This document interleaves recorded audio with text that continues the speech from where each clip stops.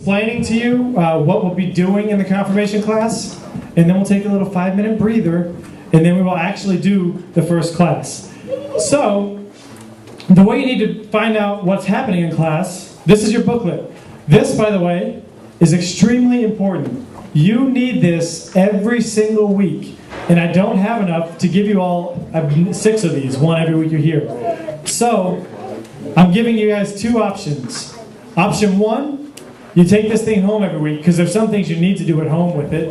Option 2, you leave it here. If you leave it here, you're still responsible for the things you need to do at home, but you know it will be here when you get back.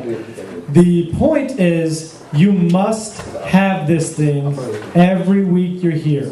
I'm not going to print a whole bunch extra. Again, if you're here to just have a really awesome time, Nexus is probably a better fit for you. We ask you to do things in confirmation. The first thing I'm asking you to do is always show up with your green folder. Is that doable? Yes. That's why your name is on it. All right, if you would, go to the second page in your green folder titled Discover Class for Students. Discover Class, by the way, is the name of the class that adults have to take if they want to join the church. And this is the class that you take if you're interested in joining the church. Right now, I'm letting you sit with people of the opposite gender. If I have to shush you every 5 minutes, this will be the last week that's the case. I don't mind giving you that option this week, but you got to make it work. Here's some things you need to know about confirmation class. We're going to be in this room every week for the next 6 weeks, plus one more where we do a big fun event together. What you get in this class is basically an understanding of basic Christian belief and basic Christian life. So at the end of the class, what we want from you guys is for you guys to truly and deeply understand what it means to follow Christ. At the end of the class, every one of you will have a couple choices to make. Nothing happens necessarily at the end of the class. Like just because you go through the class doesn't mean you join the church. It doesn't mean anything. It just means you went through the class. Hopefully you learned some stuff. But at the end of the class, there'll be some things available to those of you who finish the class. First, we're going to ask every one of you if you've made a decision to follow Christ. If you have already, then that might not be something you need to do during this class. But if you haven't, that'll be something that you'll learn about and decide over the course of the next couple weeks. The second question that we ask is if you have not been baptized, if you want to be baptized. You'll learn a little bit more about that over the course of the weeks we're together. But at the end of the class, those of you who finish the class will have the option to be baptized. If you've ever been, you've probably seen it happen at Nexus. Every once in a while we do this at Nexus, where we put kids up front. You can either be sprinkled or dunked, whichever you prefer. But if you've never been baptized, you'll have the opportunity to choose to be baptized if you'd like. And the third choice that you'll make, if you so choose, at the end of the class is if you want to join the church, you'll be able to join the church. So at the end of the class, again, all of that is up to you. None of it necessarily happens because you finish the class. It's all of this is up to you. It's all choices you make. However, in order to make those choices well, we ask you to do some things. So if you look, it says requirements to be confirmed through the Discover class. Those 7 things are the things that we're asking you to do. Again, this is more than we ask of folks that are just over at Nexus. You want to know why? Because what you're doing here is more difficult and more meaningful than what happens over at regular Nexus or regular Fusion. So if you want this to work for you, you need to be doing these things above and beyond what you'd be doing if you just showed up at regular youth group. The first thing we ask you to do is to show up for all of the sessions. It says 8, but that's because I forgot to change that number. I think it's actually 6 on Wednesday nights. Inevitably, some of you will get sick one week or have a tournament one week or something dumb like that. If you do, we film these. And I can tell you one thing. Watching the video is extremely boring. It's just one camera shot of me talking. You don't want to watch the videos. They're very, very boring. However, if you miss a class, you will need to watch a video. I want you to have engaged with all of the content from the class. So be here for all 6 weeks. If you absolutely have to miss, you can pick up the DVD or we're going to put them online. We'll make those available to you starting next week. So be here every week. If you absolutely have to miss, you've got to watch the video. The next thing we ask of you, this is Wednesday night. A lot of you come on Wednesday nights, which is obviously because you're here. That's awesome. While you're doing confirmation for the next 6 weeks, we're also asking you to attend regular Sunday morning worship services here, or Saturday night. We're not going to check and see if you've done it all 6 weeks, But we want you to attend worship just to see what our worship services are like. If you're interested in joining the church, that's something you need to know. How do we worship when we worship together as a whole body? We have worship services on Saturday night, also a bunch on Sunday morning. You can check those out on the website. If you get here on the bus comes. So we are asking you to be involved in worship services on Sunday. The next thing we're asking is for you to be involved in the youth ministry. You guys kind of have a bonus because you're already at Nexus. I'll count this as Nexus for you guys, so or Fusion if you're high schoolers. You're automatically already involved in youth group. But I would encourage you to check out another youth group option. If you've never been to a small group, check out small groups over the next 6 weeks just to see what they're like. If you've never been to our Sunday school classes, check out a Sunday school class just to see what it's like. We want you to get a full feel for the church as a whole and for our ministry as a whole. So be involved in the youth ministry in some way. Number 4, you have in sometime in the next 6 weeks, I want every single one of you, either as an individual or as groups, to complete a service project. If you go to the very about 3/4 of the way through the booklet, there's a little page that says Service Project Opportunities. Those are some things I suggested that you can do. So if you can't think of anything to do, you can go to that page that says Service Project Opportunities and do one of those. If you want me to be honest, I've done confirmation with this curriculum 5 times, and no one has ever done any of those projects. Everyone always comes up with their own project, which I'm fine with. Here are the criteria for a service project. Number 1, it must benefit someone other than you. Number 2, you cannot get paid for it. Number 3, you can't be forced to do it. So like if your mom says, clean your room or you're grounded, and you go clean your room, that is not a service project. That is an act of obedience to your mama. Or, if you work and rake somebody's yard and they give you $30, that's a good thing to do, and I'm glad you made some cash, but that's not a service project, that's a job. A service project benefits someone other than you, you're not forced to do it, and you're not paid. You can choose what you want to do, or you can do one that we've listed, but you've got to do a service project in the next 6 weeks while we're together. If you need some ideas for that, you can ask your breakout group leaders, or we throw some out over the next couple of weeks while we're together. But 6 weeks is not a long time. You need to start thinking about that pretty quick. Something that benefits someone else, that you're not forced to do, and you're not paid for.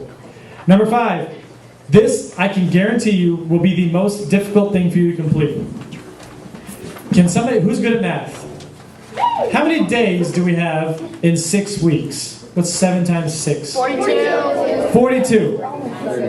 There are 42 days before confirmation class is over. I am asking you, usually you would have 8 weeks, which would be another 14 days. I'm asking you to journal on the Bible 20 times in the next 42 days.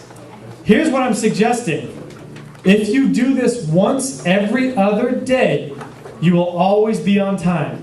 However, 90% of you are going to come to me in week 5 and be like, how many journals did I need to do? And then in the last 7 days, you're going to have to do 7 journals a day. I don't care, because I'm telling you now to spread them out. Like, I don't pity you and I don't have mercy on you, because you know what we expect of you. 20 days of Bible journaling is 1 day of journaling every other day until confirmation is done. A lot of you have never done Bible journaling, which is why I gave you a little template to help you figure it out. If you go to the back of the book, right in front of Service Project Opportunities, you have a page called How to Journal on the Bible. Here's what we're not looking for when you journal on the Bible. It's not a diary. Like, I don't want to know what's happening with your boyfriend, and I don't want to know how well you did at school. Journaling on the Bible is a way for you to engage with what you're reading in the Bible. Another thing is, if you've never read the Bible on your own before, it's a difficult thing to do. The Bible is a difficult and unruly book. I would not suggest that you go home and open the Bible at random and read at whatever page you find and journal on that. You can do that, but you are not going to be fully engaged in the Bible if you do that. You're going to be fully confused by the Bible.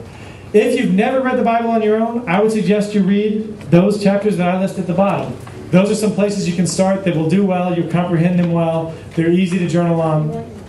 You can mix it up and do whatever you want from those, but I would suggest doing those. Again, some of you inevitably on the last week are going to open the Bible 7 times a day to a random page and write 3 sentences, because this always happens. If you want to do this well, if you want this to matter to you, do this once every other day and use these books, answer these questions. I just read a chapter. What's a paraphrase? What did that chapter say? Was there anything in that chapter that particularly stuck out to me? Anything that I noticed? Anything that spoke to me particularly? Is there anything that I can apply to my life? Did that chapter say something that matters to me and the way I'm living right now? Was there anything that was difficult to understand in that chapter? If so, what was difficult about it? Is there questions I have? Who can I ask those questions to? What does it have to do with my life right now? And what does it tell me about the nature and character of who God is? Those are some questions you can answer. If you're answering those questions or those type of questions, you are journaling on the Bible. Journaling on the Bible is a skill that helps you engage with what you're reading. So it's not just a matter of checking a box and saying, yes, I looked at 15 sentences. It actually forces you to look at it and try and figure out what it says. 20 days of journaling, again, raise your hand if you heard me say, I want you to do 20 days of journaling. Everybody got their hand raised? Put your hands up, suckers. 20 days of journaling. So in the last week, when you've done 0 journals, I don't care, because you all know I'm asking you to do it once every other day. The next thing I'm asking you to do, every single session we have has a corresponding page in this book. While we're doing the sessions, I'm asking you to jot down things that stick out for you. So before we start the teaching, I'm going to open it up so you can get some pens. But while we're doing teaching, I want you to be taking notes, engaged in what we're doing with these little notes pages. One notes page corresponds to each lesson. And the last thing you'll need to do, you'll see this card at the end of the book says decision card. If you're planning on joining the church or being baptized at the end of the class, on your last week, you will have to turn one of these in to me.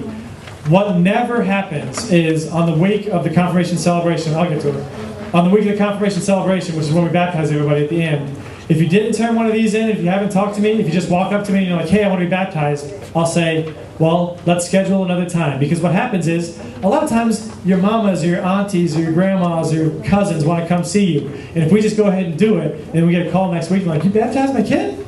So, this is a way to let me know that you want to do it, and so I can contact and make sure that anyone who wants to participate in that with you, because baptism is a thing that's done together, can do that. Also, it helps me know how you want to be baptized, if you want to be dunked or sprinkled, and when. You can do it all together on a Wednesday night in front of all your youth peers and your parents, or if you prefer, you can do it at a regular worship service on Saturday or Sunday. You have a lot of choices in this. Like, nothing about this class is forced on you. At the end of it, you make all of these decisions.